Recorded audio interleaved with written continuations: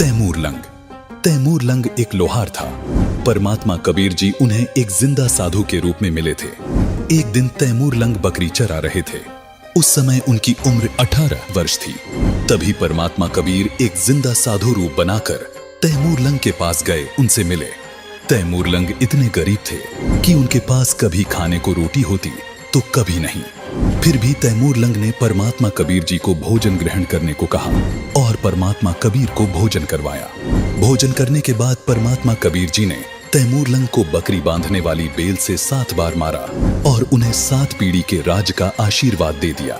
इसी कारण परमात्मा कबीर के आशीर्वाद से धीरे धीरे तैमूर लंग ने इराक, ईरान, तुर्किस्तान पर कब्जा कर लिया। फिर भारत पर भी अपना शासन जमा लिया।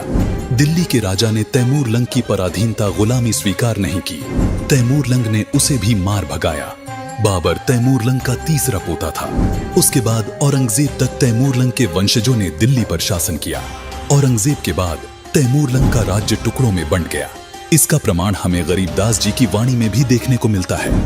गरीबदास जी अपनी वाणी में कहते हैं, रोटी तैमूर लंग को दिन्ही, ताते 7 बादशाही लिन्ही।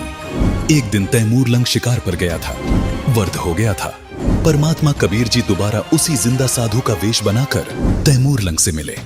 उसको समझाया कि भक्ति कर राजा, नहीं तो नरक में गिरेगा।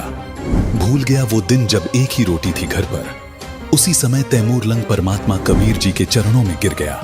दीक्षा ली, राज्य पुत्र को दे दिया। 10 वर्ष और जीवित रहा। वह परमात्मा कबीर जी द्वारा बताई भक्ति की।